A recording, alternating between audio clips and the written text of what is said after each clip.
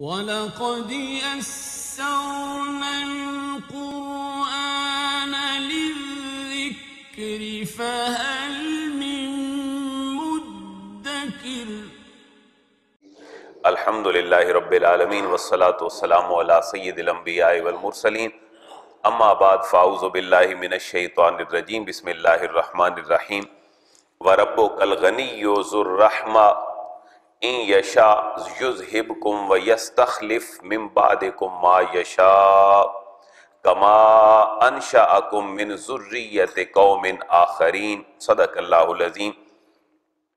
قابل احترام سورہ انعام کی یہ آیت مبارکہ جس کی میں نے آپ کے سامنے تلاوت کی ہے، مکی صورتوں کے اپنے موضوعات کے تسلسل میں یہ توحید باری تعالیٰ اور اللہ تبارک و تعالیٰ کی قدرت اور اس کے استغنا پر مشتمل ہے۔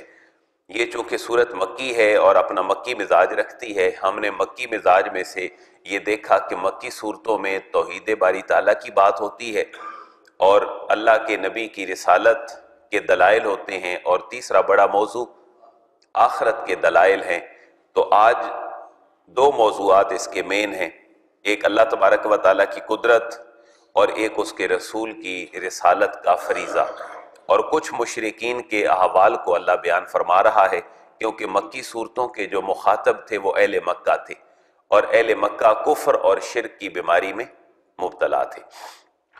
سوال یہ ہوا کہ مکی لوگوں کے سامنے بار بار یہ بات رکھی جاتی کہ اللہ کا کلمہ پڑھ لو، اللہ کی طرف آ جاؤ تو تم فلاح پا جاؤ گے۔ انسانی مزاج یہ ہے کہ جس انسان کو کوئی خیر کی بات بار بار کہی جائے تو شاید وہ پانچویں چھٹی دفعہ کہنے کے بعد یہ کہتا ہے کہ پتہ نہیں میرا تو فائدہ اس میں ہے یا نہیں، لیکن اس کہنے والے کا ضرور کوئی نہ کوئی فائدہ ہوگا۔ اسی فطرت کو اللہ نے بیان فرمایا کہ جب مکی لوگوں کو بار بار کہا جاتا کہ اللہ کی توحید کی طرف آ جاؤ، اس کے رسول کی رسالت کا پیغام مان لو، تو وہ یہ سمجھنے لگے کہ اس میں ہمارا فائدہ نہیں، اس میں شاید اللہ کا کوئی فائدہ ہے، اور اللہ تعالیٰ کو ہماری محتاجی ہے تاکہ اس کے ماننے والے دنیا میں زیادہ ہوں اور اس کا ذکر ہوتا رہے۔ اللہ نے ان کے اس ذہن کو اور ان کے اس مائنڈ سیٹ کو رد فرماتے ہوئے فرمایا وَرَبُّكَ الْغَنِيُّ ذُو الرَّحْمَةِ، تمہارا رب تمہارے سارے ان ڈھکوسلوں سے غنی ہے، اسے تمہاری تعداد کی کثرت کی محتاجی نہیں۔ کائنات میں کوئی ایک بھی اس کا نام لینے والا نہ ہو تو اس کی خدائی اور اس کی الوہیت میں ذرا برابر بھی فرق نہیں پڑتا۔ واو کا معنی اور ربوں کا، آپ کا رب۔ یہ قرآن کا ایک بڑا پیارا اسلوب ہے کہ رب کا تعارف قرآن میں جہاں بھی ہے وہ اللہ تعالیٰ نے محمد کے رب کے ساتھ اپنا تعارف فرمایا ہے۔ وَرَبُّ کا محبوب آپ کا رب، انہیں بتا دیں آپ کا رب الغنی، وہ غنی ہے، تم اس کی توحید کا کلمہ الاپو یا نہ الاپو، تم اس کو مانو یا نہ مانو، وہ غنی ہے، اس کا فائدہ نہیں، اس میں فائدہ تو تمہارا اپنا ہے۔ اور ذو الرحمہ، وہ بڑی رحمت والا ہے۔ یہ بھی جملہ بڑا ایمان افروز ہے یہاں پر کہ رب غنی ہے۔ دوسری بات یہ ہے کہ اگر تم اس کو نہیں بھی مانو گے تو وہ تمہیں ہلاک تو نہیں کر دے گا، تم کافر بھی ہو تو تمہیں رزق مل رہا ہے، اسی آکسیجن میں تم سانس لے رہے ہو جہاں پر ایک بندہ مومن لے رہا ہے، تمہیں روزی مل رہی ہے، تمہاری اولادوں کا سلسلہ چل رہا ہے۔ مشرکوں کو بھی اللہ نے سر چھپانے کے لیے مکان دیا ہے، وہ کھاتے ہیں، ان کا معدہ ہضم کرتا ہے، انہیں بھی آنکھوں سے نظر آتا ہے، اور سارے سلسلے وہ ترتیب پاتے ہیں۔ تو دو صفات اللہ کی بڑی یہاں پر غور طلب ہیں، وَرَبُّكَ الْغَنِيُّ، اور تیرا رب محبوب غنی ہے، اور ذو الرحمہ، وہ اگر اس کو کوئی نہ مانے تو وہ غضب میں نہیں آتا، اس کے باوجود بھی وہ کفار کو رزق دیتا رہتا ہے، وہ بڑی رحمت والا ہے، لیکن اتنی وہ قدرت رکھتا ہے، تم ایسا نہ سمجھو کہ اس کا غضب ٹھنڈا پڑ گیا ہے، اس نے ایک نظام کائنات سجا رکھا ہے، وہ جلدی کسی کو پکڑ میں نہیں لاتا، لیکن وہ اگر پکڑ میں لانا چاہے تو کتنی پکڑ کر سکتا ہے۔ یہ آیت ذرا غور سے سنیں، ان یشاء یذہبکم، ان اگر یشاء وہ چاہے تو یذہبکم تمہیں لے جائے، تمہیں اچک کر لے جائے، تمہیں تباہ و برباد کر دے، تمہیں نیست و نابود کر دے، اگر وہ چاہے تو وہ یہ کر سکتا ہے، اور پھر کیا کرے جب تمہیں لے جائے، وَيَسْتَخْلِفْ مِن بَعْدِكُم مَّا يَشَاءُ، واو کا معنی اور یستخلف ریپلیسمنٹ ہو جائے،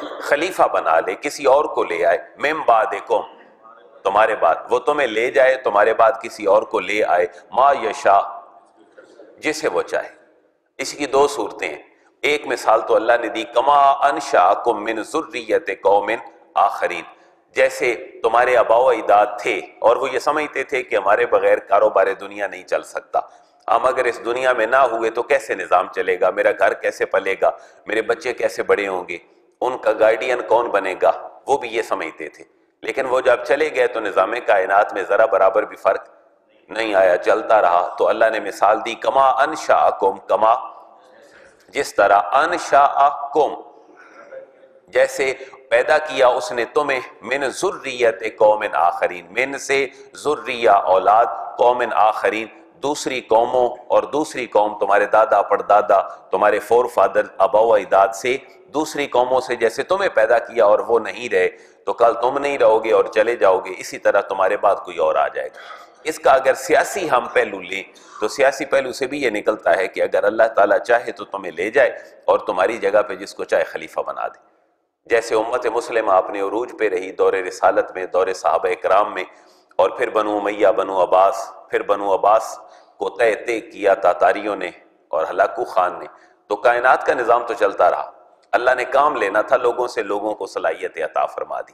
امام بخاری سے حدیث کو کمپائل کرنے کا کام لینا تھا تو اللہ نے کتنی بڑی صلاحیتیں ان کو عطا فرما دی کہ تقریباً 7,000 کے لگ بھگ بخاری میں احادیث ہیں، اور امام بخاری کو 1 لاکھ نہیں، 2 لاکھ نہیں، لاکھوں احادیث مبارکہ یاد تھی اور سند اور متن کے ساتھ یاد تھی. انسانی حافظہ آج تک وہاں نہیں پہنچتا جہاں تک ان کا حافظہ تھا. اللہ نے جو جو کام لینے تھے لوگوں سے لے لیے. لیکن اگر کوئی یہ سمجھے کہ میرے بعد کوئی کام نہیں ہوگا تو اللہ فرما رہے یہ بڑی قدرت تو اللہ کی ہے، اگر چاہے تو تباہ و برباد کر دے تمہیں اور تمہاری جگہ پہ لے آئے تمہارے بعد جس کو چاہے. جیسے اس نے پیدا کیا تمہیں اور لوگوں سے، اور سیاسی نظام بھی اسی طرح تبدیل ہوتے رہے. انما توعدون لآت. اب مکی صورتوں کا توحید باری کے ساتھ بڑا موضوع ہے آخرت. تو آخرت کی یاد دہانی بار بار ہے، اور آخرت کی یاد دہانی ایک ایسی دوائی ہے کہ جو انسان کو انفیکشن سے روکتی ہے، اور وہ انفیکشن یہ ہے کہ انسان برائیوں میں مبتلا ہو جاتا ہے. خوف آخرت رہے گا تو برائیوں کی طرف نہیں جائے گا. تو ہر چیز کے بعد اللہ نے آخرت کی طرف توجہ دلائی. انما توعدون لآت، جس کا تم سے وعدہ کیا گیا ہے وہ آنے والا ہے. ان بے شک، ما جو یا جس کا، توعدون تم سے وعدہ کیا گیا، یہ ایکٹیو وائس نہیں بلکہ پیسو وائس ہے. توعدون جس کا تم سب سے وعدہ کیا گیا ہے، لآت وہ ضرور آنے والا ہے، وہ لمحہ آنے والا ہے جس کا تم سے وعدہ کیا گیا ہے. اور وہ کیا ہے؟ قیامت. ایک دن تم نے مرنا ہے اور مرنے کے بعد تم نے جانا ہے. وما انتم بموجزین، یہ نہ سمجھو کہ تمہیں موت نہیں آئے گی. ولو کنتم فی بروج مشیدہ، بڑے بڑے محلوں کے اندر بھی تم جا کر چھپ جاؤ تمہیں موت کا فرشتہ وہاں سے بھی آ کر اچک لے گا. وما انتم بموجزین، واو کا معنی اور، ما کا معنی نہیں، انتم تم سارے کے سارے، بموجزین عاجز کرنے والے. تم موت کے حوالے سے کبھی بھی کسی سسٹم کو عاجز کرنے والے نہیں ہو. سائنس ترقی کر کے کہاں پہنچ گئی، لیکن اس کے پاس زندگی کی ابھی کوئی بقا کا سامان نہیں.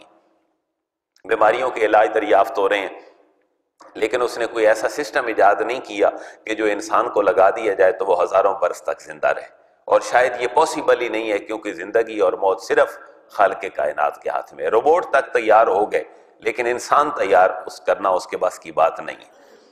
قل یا قوم اعملوا علی مکانتکم انی عامل فسوف تعلمون من تکون لہ عاقبۃ الدار انہ لا یفلح الظالمون. اب تیسرا بڑا موضوع کیا ہے مکی صورتوں کا؟ رسالت، توحید، آخرت اور رسالت. اب مقام رسالت اللہ بیان فرما رہے ہیں. محبوب ان کو کہہ دیں کہ میں تو آیا ہوں اپنا فریضہ پورا کرنے اور میں کر رہا ہوں، میں اپنا کام کر رہا ہوں، تم انکار کرتے رہو، تم اپنا کام کرتے رہو. اپنے اپنے کام کرتے ہیں، پھر دیکھتے ہیں دنیا کس کی سنورتی ہے اور آخرت کس کی سنورتی ہے. کل محبوب آپ فرما دیجئے یا قوم، اے قوم، اعملوا تم عمل کرتے رہو. یہ عمل امر کا صیغہ ہے، عاملہ فعل ماضی، یعمل فعل مضارع، اور اعمل اس سے ہے امر. اعمل تو ایک کام کر، دو کرو. اعملا سب. اعملو تو ایک عورت کر. اعملی دو. اعملا اور اے ملنا، اور اگر زیر کے ساتھ ہو تو اے ملنا. اسما اور اضرب دونوں وزنوں کے اوپر ہے. محبوب ان کو فرما دیجئے کہ اے میری قوم، اعملو تم اپنے عمل کرتے رہو، علی مکانتکم اپنی اپنی جگہوں پر. الا پر مکانتکم، اپنے مکانوں پر، جس جگہ پہ تم بیٹھے ہو اپنے اپنے کام کرتے رہو. انی عاملن، انی بے شک میں، عاملن میں اپنے عمل کرنے والا ہوں، میں اپنا عمل کرنے والا ہوں، اور میرا عمل یہ ہے کہ اللہ کا پیغام ہدایت تم تک پہنچانا ہے. میں اپنا کام کر رہا ہوں، تم اپنے کام کرتے رہو. فسوف تعلمون، لیکن یہ ذہن میں رکھو، فا کا معنی پس، سوف ان قریب، تعلمون تم جان لو گے، ان قریب تم جان لو گے کہ اپنے اپنے کام تو سب نے کیے تھے لیکن مراد کو کون پہنچا تھا. تم ان قریب جان لو گے کیا، من تکون لہو عاقبت الدار. من انٹیروگیٹو سینس ہے، سوالی انداز ہے. کون، تکون لہو، تکون ہوتا ہے، لہو اس کے لیے، کون ہے جس کے لیے ہوتا ہے، عاقبت الدار اچھا انجام. یہ جیسے ہم ایڈیم اور فریزل ورب بولتے ہیں، عاقبت الدار، یہ اسی سینس میں ہے، اچھا انجام کس کا ہوتا ہے. عاقبت کہتے ہیں آخرت کو، دار کہتے ہیں گھر کو. عاقبت الدار اچھا انجام اس دنیا میں بھی اور آخرت میں بھی، لیکن یہاں پر مراد ہے دنیا کے گھر میں. تو دنیا کے گھر میں بھی کامیابی کس کی ہے، فسوف تعلمون تم ان قریب جان لو گے. اور وہ کامیابی اور ناکامی اللہ اس دنیا میں دکھا دیتا ہے. آپ سارے زمانہ شناس لوگ ہیں، اللہ کیسے دکھاتا ہے؟ اللہ اپنے ہاتھوں سے دکھا دیتا ہے، اپنے گھروں سے دکھا دیتا ہے. ٹٹ فار ٹیٹ ہوتا ہے، عدلے کا بدلہ ہوتا ہے. اور اولادوں کی شکل میں، صحت کے بگڑنے کی شکل میں، کاروبار کے خراب ہونے کی شکل میں، کسی نہ کسی عمل کے ذریعے اللہ تعالی ہمارے اعمال کا جواب ہمیں بتلا دیتا ہے. ایک نافرمان تھا باپ کا، تو وہ اپنی اولاد کو جو مرضی ہے تربیت کر کے کر دے، لیکن اس کی اولاد بھی اس کی نافرمان ٹھہرے گی، کیونکہ وہ خود اپنے باپ کا کیا تھا، نافرمان تھا. جو ٹیچر کا گستاخ ہے وہ ٹیچر بھی بنے گا تو اس کی گستاخی ہوگی. یہ عدلے کا بدلہ ہے، یہ نظام کائنات ہے، اللہ اس کو چلا رہا ہے. فسوف تعلمون تم جان لو گے ان قریب، من تکون لہ عاقبت الدار اس دنیا میں بہتر انجام کس کا ہے. اور انہ لا یفلح الظالمون، انہ بے شک وہ خالق کائنات وہ قدرت رکھتا ہے کہ لا یفلح الظالمون فلاح نہیں پاتے کبھی بھی ظلم کرنے والے. ظلم کرنے والے کبھی بھی فلاح نہیں پا سکتے. آج اس 2017 میں آپ حکمرانوں کو دیکھ رہے ہیں کہ جنہوں نے ظلم کیا معاشی حوالے سے، سیاسی حوالے سے، معاشرتی حوالے سے، آج وہ اپنی مرادوں کو پہنچتے جا رہے ہیں. اور لوگ مرنے کے بعد بھی لوگوں کے دلوں میں زندہ رہتے ہیں. یہ اللہ کا نظام ہے. کچھ جی کر بھی لوگوں کے دلوں میں مر جاتے ہیں، اور کچھ مرنے کے بعد بھی لوگوں کے دلوں میں زندہ رہتے ہیں. کتنی بڑی ریسپانسبلٹی ہے ہمارے حکمرانوں کی کہ ہمارے بچوں کو تربیت کا ایک ایسا نظام دے جائیں تعلیمی اداروں میں اور گھروں میں اور کسی نہ کسی غیر محسوسانہ شکل میں کہ لوگوں کے اندر تقویٰ اور نیکی پیدا ہوتی رہے.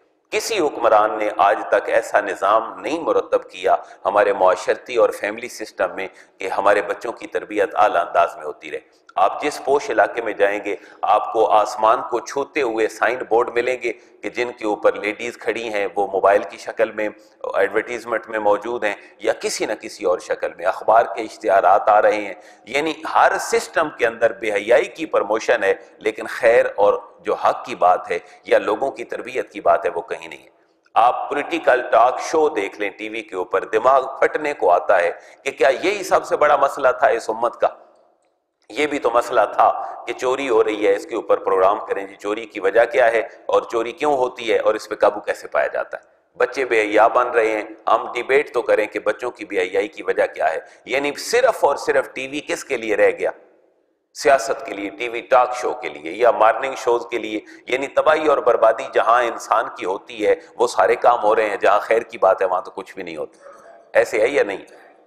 تو یہ مسئلہ ہے ہمارے ساتھ. یہ اللہ فرما رہا ہے کہ اللہ ظالموں کو کبھی فلاح نہیں دیتا. اللہ ظالموں کو کبھی عروج بظاہر تو پا لیتے ہیں لیکن اللہ تعالیٰ ان کو کبھی بھی فلاح نہیں دیتا اور وہ فلاح نہیں پاتے.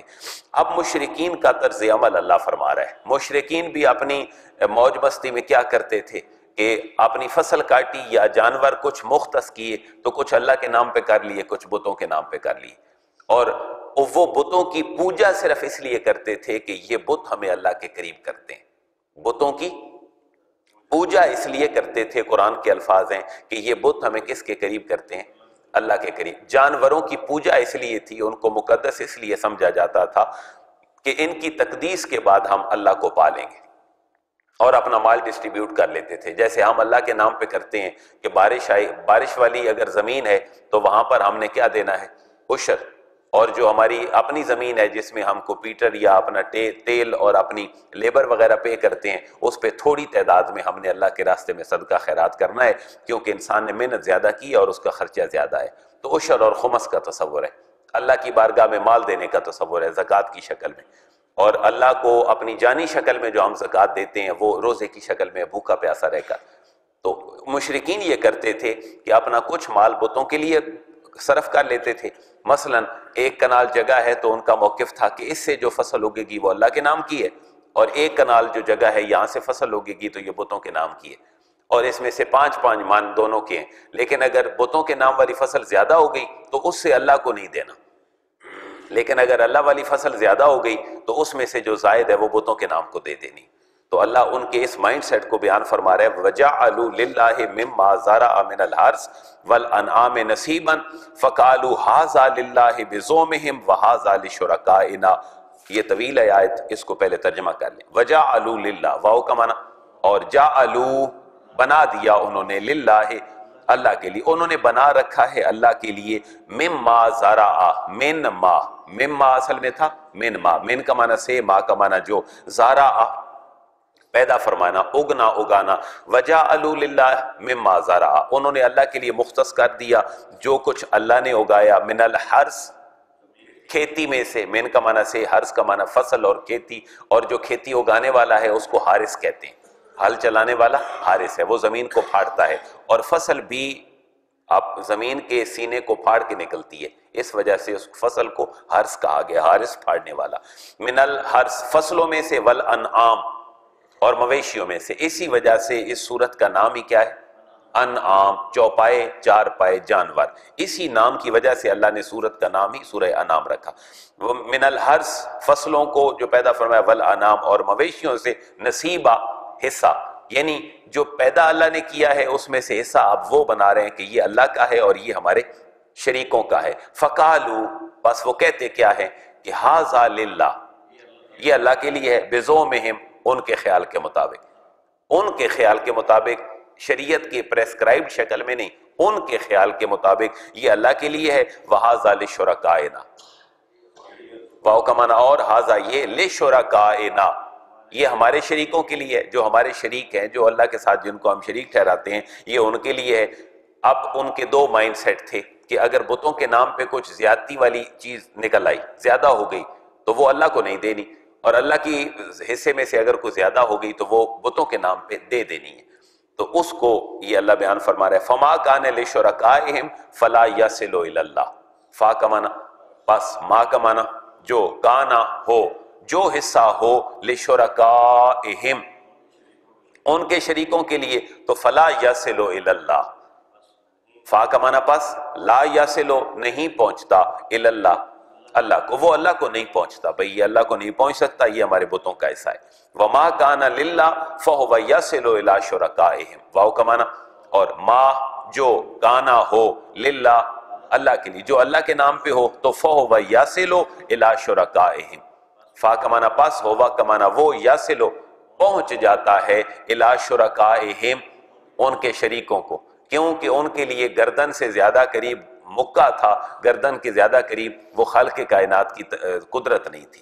ساء ما یحکمون، یحکمون کیا ہی برا فیصلہ ہے جو وہ کرتے ہیں۔ ساء اور بے سا یہ مکمل ورب نہیں ہے، لیکن یہ ورب کا معنی دیتے ہیں، اور ساء برائی کے لیے آتا ہے، بے سا بھی برائی کے لیے آتا ہے، اور نعمہ جو ہے وہ اپریسیشن کے لیے آتا ہے۔ تو ساء کیا ہی برا ہے، ما یحکمون جو وہ فیصلہ کرتے ہیں، جو وہ انصاف کرتے ہیں، جس کے لیے وہ حکم بنتے ہیں، کیا ہی برا فیصلہ ہے۔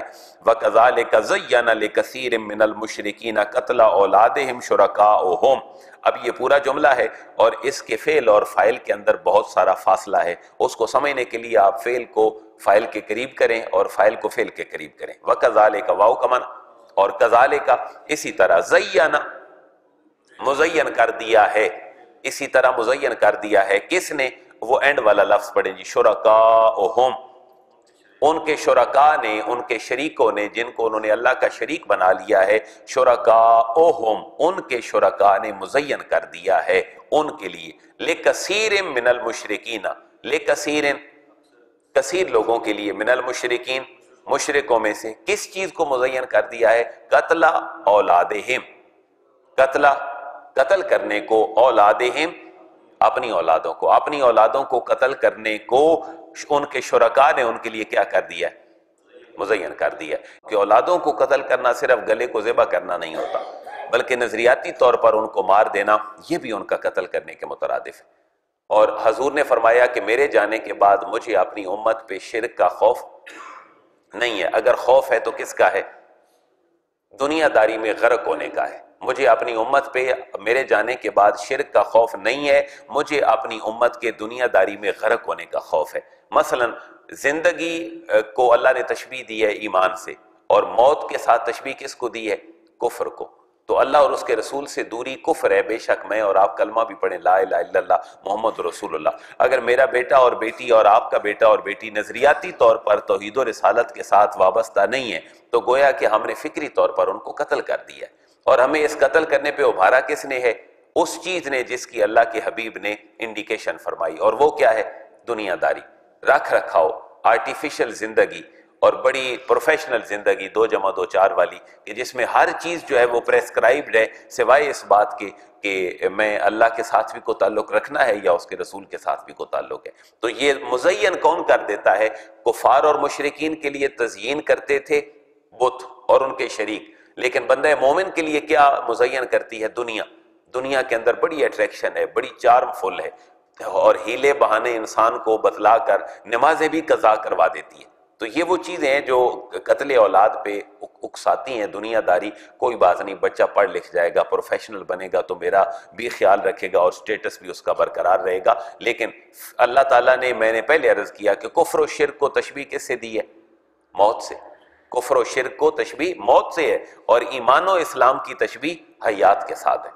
لِيُرْدُوهُمْ وَلِيَلْبِسُوا عَلَيْهِمْ دِينَهُمْ، اور یہ کیوں کرتے ہیں ان کے شریک، ان کو قتل اولاد پہ اکساتے کیوں ہیں؟ لِيُرْدُوهُمْ، یہ 3 الفاظ ہیں، لام کا معنی کے لیے، یردو جمع فعل ہے، اور ہم تاکہ ہلاک کر دیں انہیں، وَلِيَلْبِسُوا عَلَيْهِمْ دِينَهُمْ، یہ جملہ بھی میرے اور آپ کے لیے بڑا غور طلب ہے۔ واو کا معنی، اور لِيَلْبِسُوا، لابس یلبس کا معنی ہے لباس پہنانا۔ انسان خوبصورت لباس پہن لیتا ہے، ممکن ہے کہ اس لباس کے نیچے ایک اچھا انسان موجود نہ ہو، تو لباس انسان کے معاملے کو خلط ملط کر دیتا ہے۔ اور وَلِيَلْبِسُوا، تاکہ وہ مشتبہ کر دیں، علیہم ان کے اوپر، دینہم ان کا دین، تاکہ ان کا دین ان کے اوپر کیا کر دیں؟ مشتبہ کر دیں۔ تو اگر اس زمانے میں بھی ہم دیکھیں تو ہمارا دین ہمارے اوپر مشتبہ ہے، کون ٹھیک ہے کون غلط ہے، کیا ہو رہا ہے پوری دنیا میں ان فرقوں کی شکل میں، ان مسالے کی شکل میں۔ تو یہ وَلِيَلْبِسُوا عَلَيْهِمْ دِينَهُمْ، اور مشتبہ کر دیں ان پر ان کا دین۔ یہ جن و انس کے شیاطین ہیں جو انسانوں کو گمراہ کرتے ہیں۔ وَلَوْ شَاءَ اللَّهُ مَا فَعَلُوهُ فَذَرْهُمْ وَمَا يَفْتَرُونَ، کمال آیت ہے۔